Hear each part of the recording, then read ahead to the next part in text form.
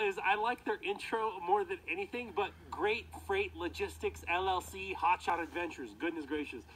But every video, this guy starts out with, "Hey, freight fans, freight guy here." Dude, what a great intro. I love it. That's awesome. So really cool intro. He does, I think he lives in California, and so he's doing like a lot of local California runs or like Western runs. So that's another good channel you might want to check out.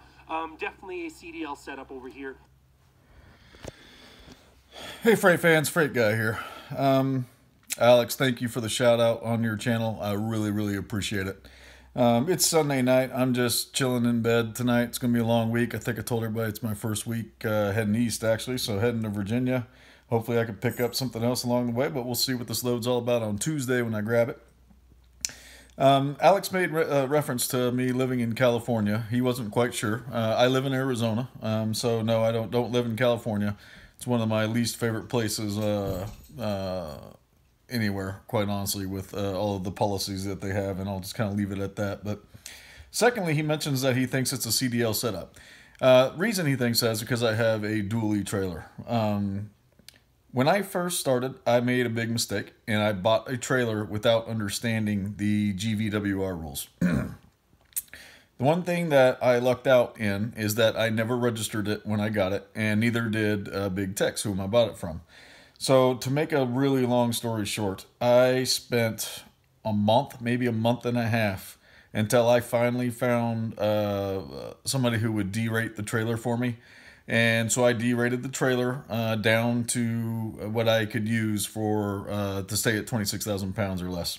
I think it was 14.1. I don't remember what the number is now, but it doesn't matter. Point is that I'm at 26,000 GVWR. Couple things I would say that about that maybe is not so good is obviously that trailer having dualies and that dual axle dualies, it weighs more.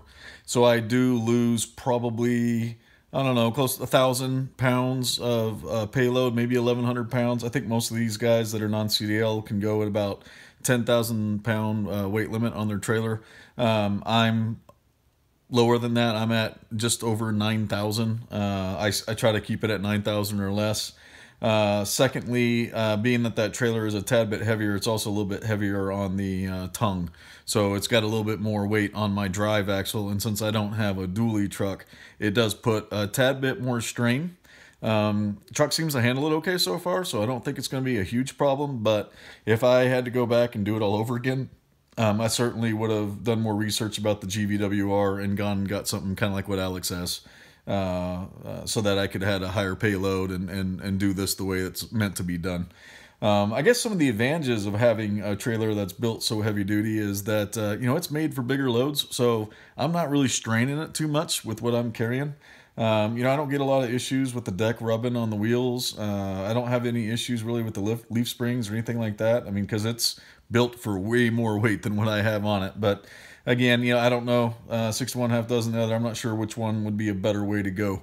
But Alex, that's why I'm non-CDL as well.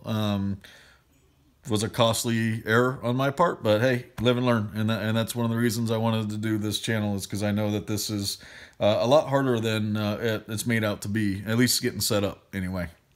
So thank you for the shout out. I appreciate it very much. Very nice of you to get that out there. Hopefully some people will watch my show, and we'll kind of take it from there. But best of luck to you.